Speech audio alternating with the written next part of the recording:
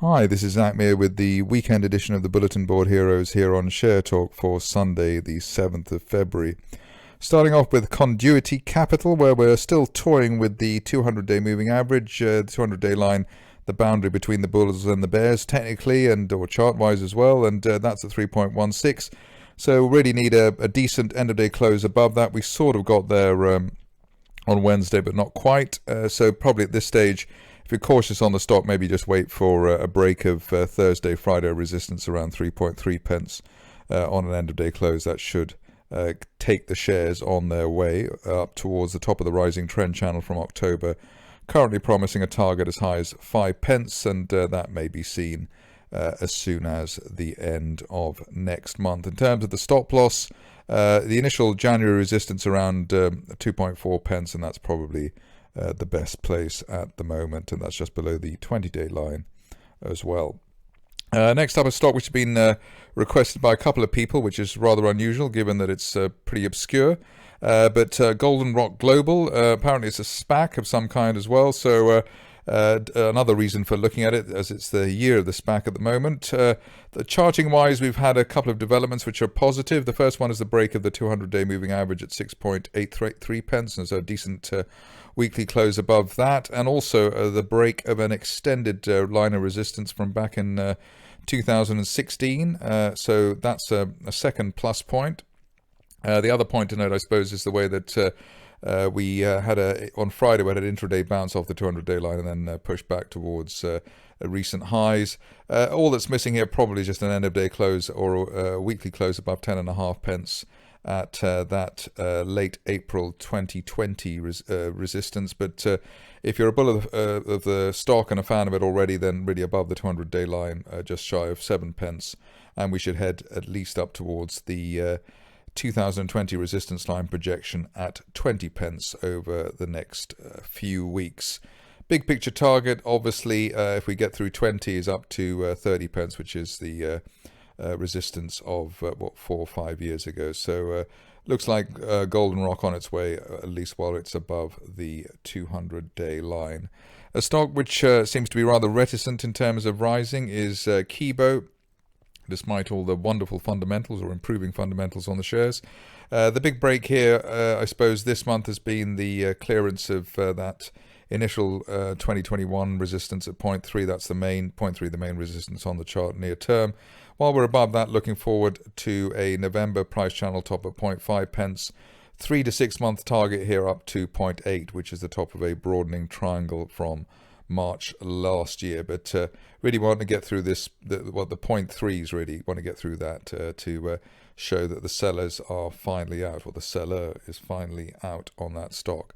A stock where one suspects there has been a seller in place is Mode Global, and we saw a brief rally here up to 75 pence at the beginning of last month. Shares then came back rather painfully to 40 pence. Looks as though, I mean, when you see something like that, it's normally just to ensure that any weak bulls of the stock or a market are flushed out of the situation. So that looks like what we've got here. And at the weekly close above the late January resistance at 52 pence should be enough now to take the shares up towards a retest of last month's peak, and hopefully even an 80 to 85 pence target there, which is an October resistance line projection at the top of a broadening triangle from the start of Mode Global's history on the market.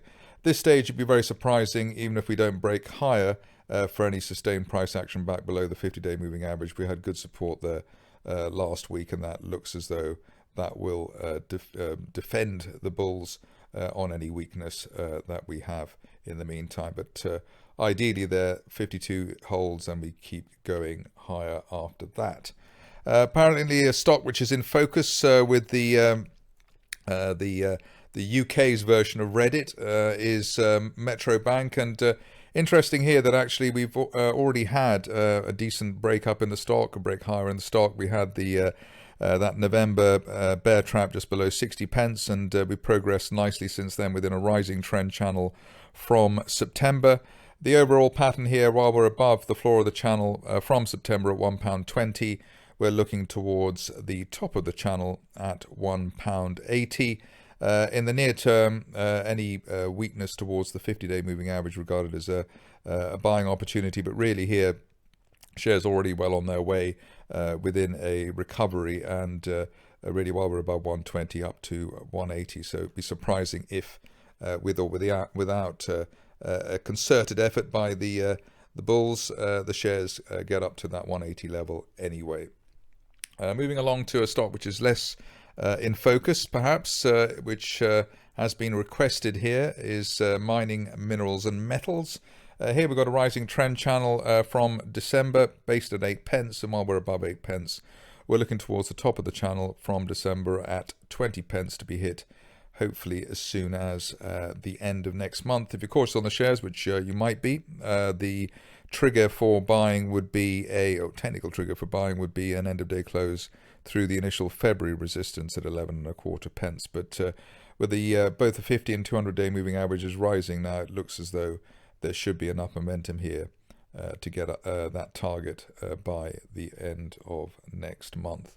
A stock which is relatively new to the market, but already making an impression, is Nightcap, with a great breakthrough resistance that we had for the end of the week. So 19.4, the late January peak, and above 19.4, looking towards 35 pence at the top of the broadening triangle from last month. Decent risk reward there. Ideally, there's no break back below the initial January peak at 15 pence. Above 15 pence, hopefully on to 35 pence for Nightcap.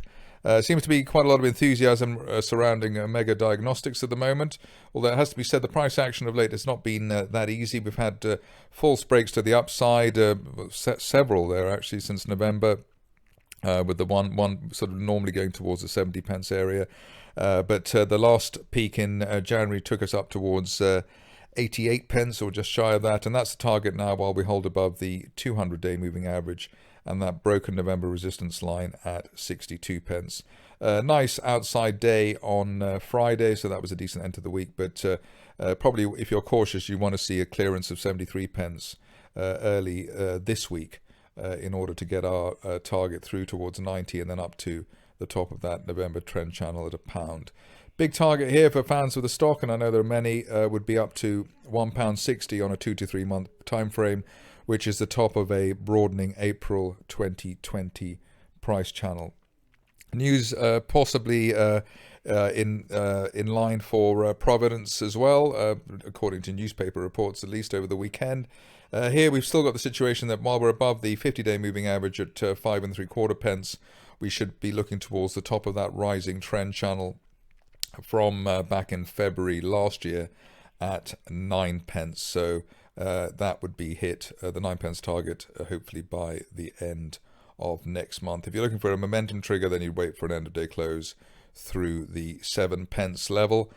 For fans of the stock, I suppose there could be a bit more on the upside if you're mindful of that particular resistance line there from April last year at 12 pence, but at the moment I'm just going for 9 pence, given that the price action recently has not been that stellar, let us say. Another request comes in the form of Rua Life Sciences. Here, looks like we're in an ascending triangle based around the £1.45 level, but at least in the near term, while we're above £1.57 and the 50-day moving average, looking for further upside, hopefully as high as that June resistance line projection from last year at £3.10. If you're cautious, you wait for an end of day close through £1.80, which is the triple resistance that we've had since the beginning of December. But at least while we're above the 50-day line, looking for that £3 zone over the near term. Towards the end of last week, probably one of the biggest stocks in focus was the following one, Tower Resources. Nice close there with the close above recent intraday peaks at 0.5 pence, so that is a big plus, also breaking that October resistance line there at 0.45, and I think 0.45 really the level in question, as that's been the highest close that we've had of late. So above 0.45, looking for at least a retest of that spike from October at 0.65, and the big picture target here maybe over the next couple of months up to that January resistance line projection at a penny. So everything here really hinging on 0.45 holding, and above that looking towards a penny for Tower Resources. Finishing off with a stock which has just kept going back and back and back, or down and down and down from the peaks that we had last summer, but it looks as though the shares have finally found their floor. That's said on the basis that on the way, or prior to the rally that we had last summer, or going into last summer, 4 pence was the resistance. Previous to that, 4 pence was support. So we bounced off that area, and above 4 pence, really looking for recovery here. Initial target there last month's peak through 8 pence, and the big target here on the next 2 to 3 months up to 11 or 12 pence for the shares. If you're looking for a momentum trigger, then a break of that resistance line from December at around 6 pence would be the level in question, especially after the latest bullish divergence that we've had in the RSI window. That's it from me today. More updates during the week.